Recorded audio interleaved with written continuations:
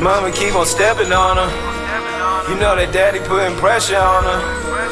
Oh my Lord, it's the Fantastic Four. We took it to another level on her. At the top cause it's a better view. 6 deep in HD, vibe is incredible. Oh, you should get in tune, come check out Melody. Oh yeah, we making moves, it's something you never seen. It's just Paris, it's just Cali, it's just Sun and them. It's just Kai, mommy live and daddy hustling. We raising kings and queens, while building legacy. In love with my team, it's FicklinTV. Mama keep on stepping on her.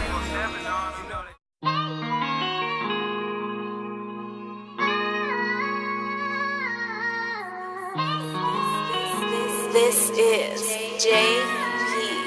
Bangs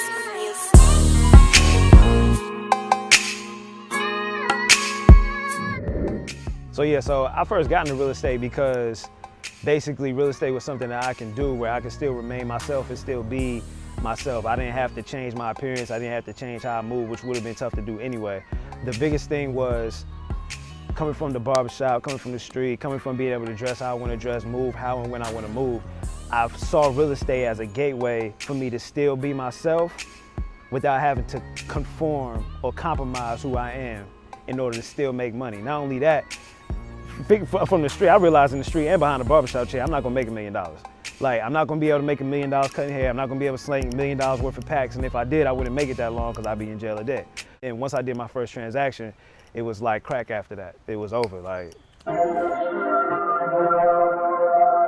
So this right here, this neighborhood is where I actually first started driving for dollars at, like back in 2014.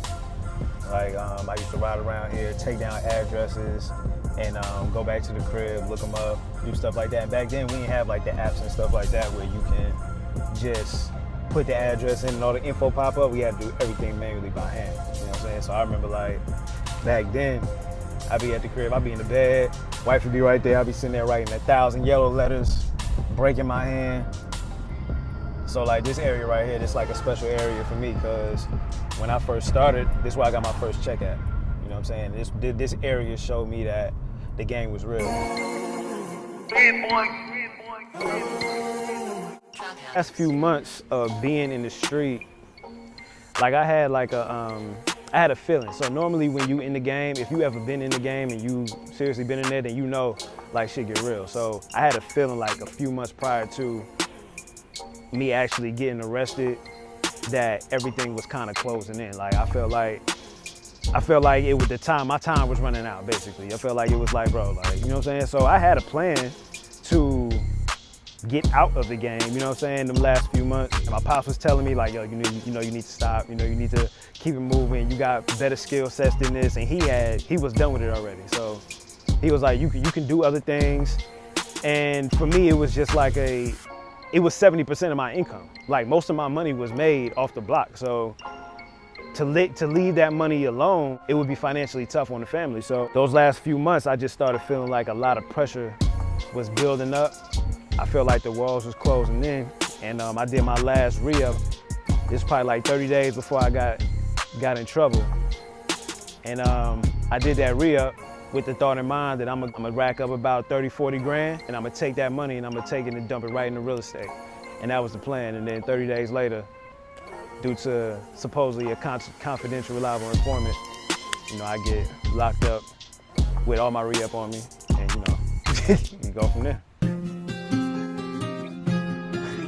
All right, so this is the street right here that we started doing real estate on and making real estate money on, and we did our first deal.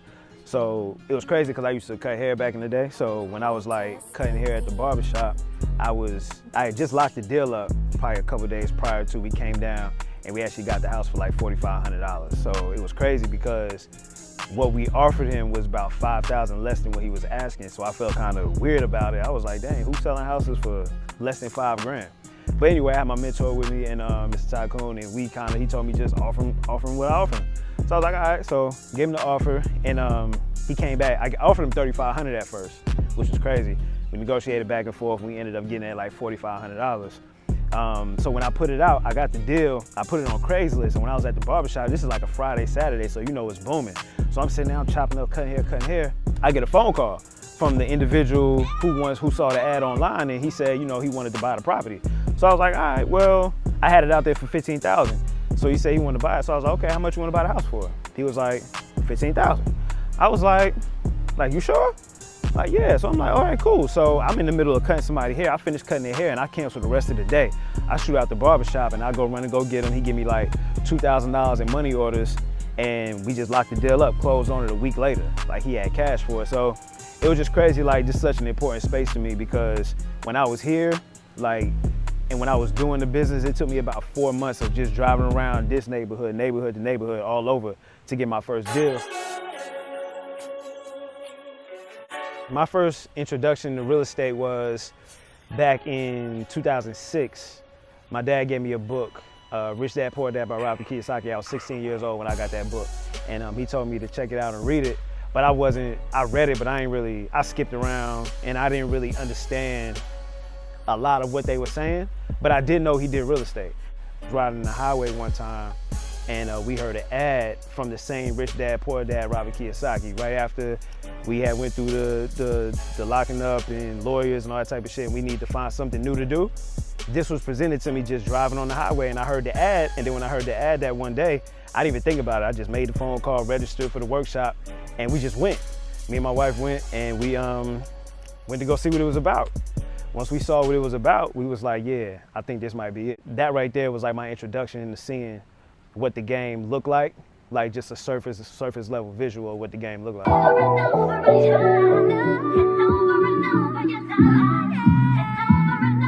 Like, after I did my first deal, it was crazy because I kind of went on like a vacation. I just spent money on life and things like that, and I didn't really take the time out to learn about, not even learn about, just keep putting in the effort that it took to get that first deal or that second deal. So you normally get inside of a space where it's kind of like a drought in a sense, but the drought is only due to you. It's due to the work that you put in and the time that you put in.